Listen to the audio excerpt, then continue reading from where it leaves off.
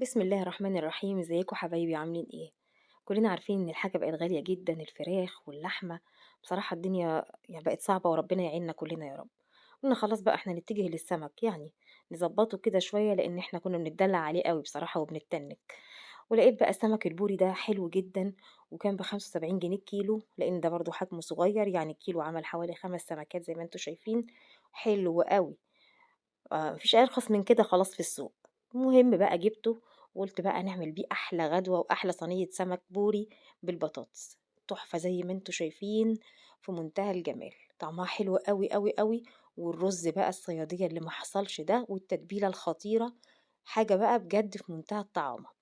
جبت بقى بصلة متوسطة، وفلفلاية، وحوالي 5 أو 6 فصوص توم، جزرة مبشورة كده، وهاحطهم بقى في الكبة وهاطحنهم كويس أوي أوي، علشان يبقوا التتبيلة بتاعة السمك. طحنتهم بقى طحن ناعم جدًا زي ما أنتم شايفين كده. أنا عاملة حبة كمية مش صغيرة يعني معقولة، علشان أنا هاستخدمها في 3 حاجات. أول حاجة هناخد منها جزء عشان نتبل بيه السمك، هنحط بس عليها الأول بابريكا، أنا باحبها جدًا عليها، وطبعًا الكمون ده أساسي. والملح طبعًا هنحط عليها الملح بتاعنا، نتبّلها ونجهّزها. أنا باحب أقسّم التتبيلة دي علشان تتحط في كذا مكان، هاقول لكم دلوقتي عليه بالضبط. خليكم معايا بقى لآخر الفيديو، ويالّا لايك وشير عشان يوصل الفيديو لكل الناس، ونقدر كلنا نعمل أي وصفات معقولة شوية تقدر تمشّي الدنيا في الظروف الاقتصادية اللي إحنا كلنا بنمُر بيها. أنا قلّبته هنا كويس أوي، وأنا فارماه كويس أوي، أوي. هاخد بقى منه يعني حوالي تلتينه في بولة كده نضيفة، من غير ما أحط بقى عليها ولا خل ولا ليمون ولا أي حاجة، زي ما هُم كده. والباقيين هاعمل عليهم عصير ليمونتين متوسطين كده، هاعصر عليهم ليمونتين وأقلّبهم كويس أوي، لإن ده اللي أنا هاتبّل بيه السمك. السمك طبعًا أنا منضّفاه فاتحاه ومنضّفاه ومخلّياه زي الفل، وحاطاه بقى يتصفّى عشان ما يبقاش فيه أي مَيّة خالص، بس ما رضيتش أطوّل عليكم الفيديو يعني.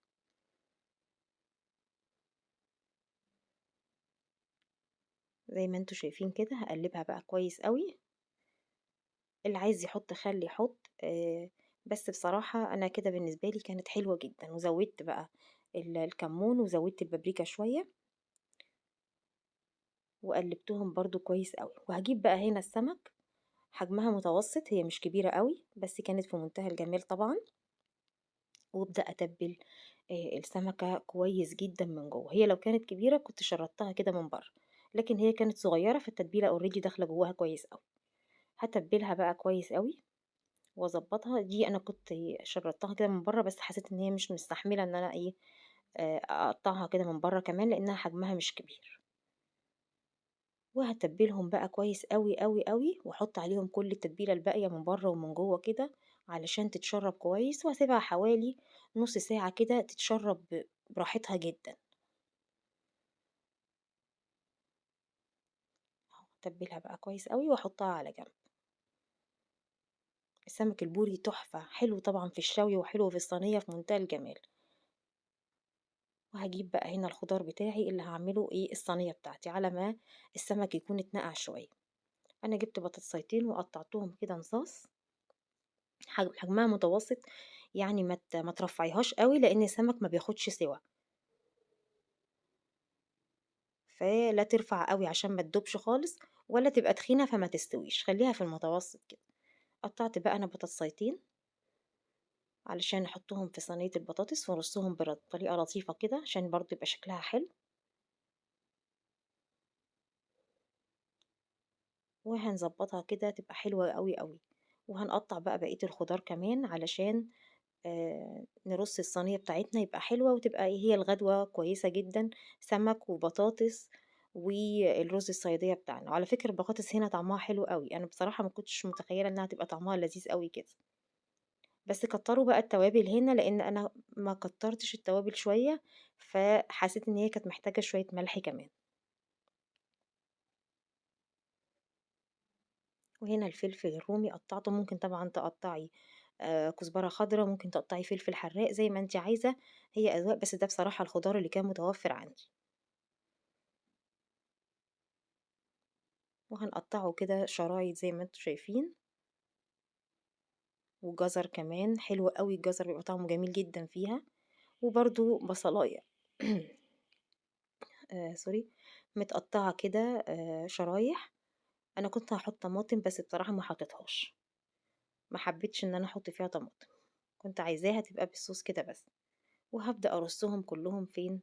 على صينية البطاطس اللي انا حطاها كل ده، والسمك متبل علشان يشرب من التتبيلة بتاعته جدا. اهم حاجة ان هو يتبل فترة كافية عشان اللحم بتاعه كمان يبقى ليه طعم كده وجميل.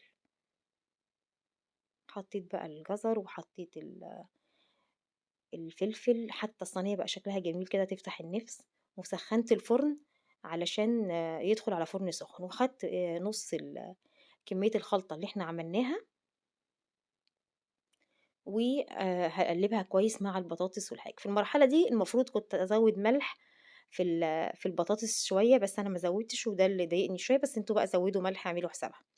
وابدأ هرص السمك هنا على الصينية، ما شاء الله في منتهى الجمال.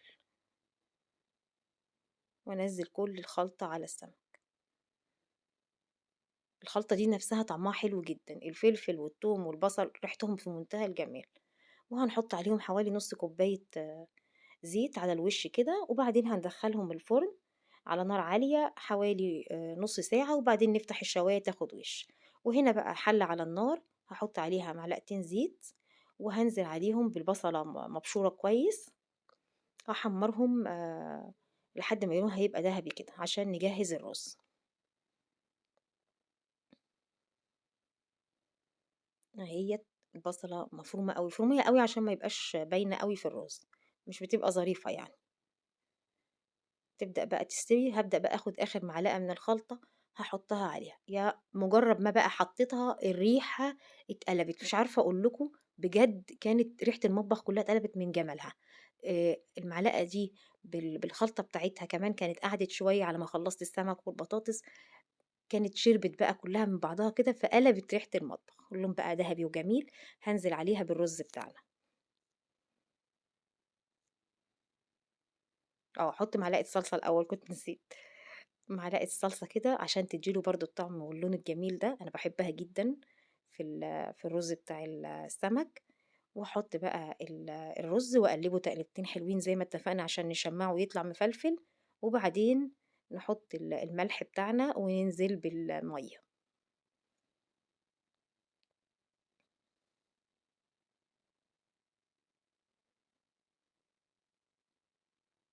لو استفدتوا بقى من الفيديو، لايك وشير كده علشان يوصل لناس كتير وكلنا نستفيد، وتعليقاتكم الحلوة اللي أنا بحبها.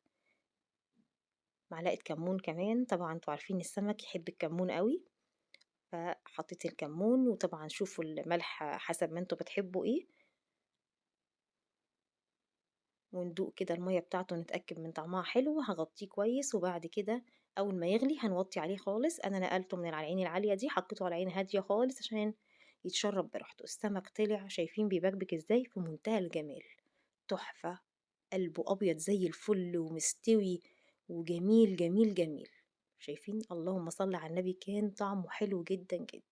والبطاطس كمان كانت مستوية جدا، ولا كانت مهروسة، ولا اتحمرت زيادة عن اللزوم ولا أي حاجة.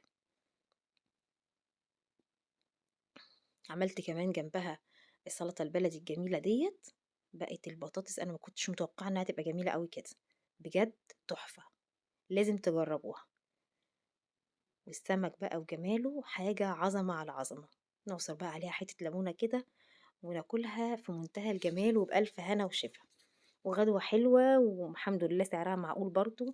وربنا يا رب يرزق الجميع. أتمنى يا رب يكون الفيديو عجبكم، ولو استفدتوا منه بقى تعليق حلو كده، وصلوا على النبي ودعوة حلوة لينا، وربنا يكرمنا بإذن الله. باي باي.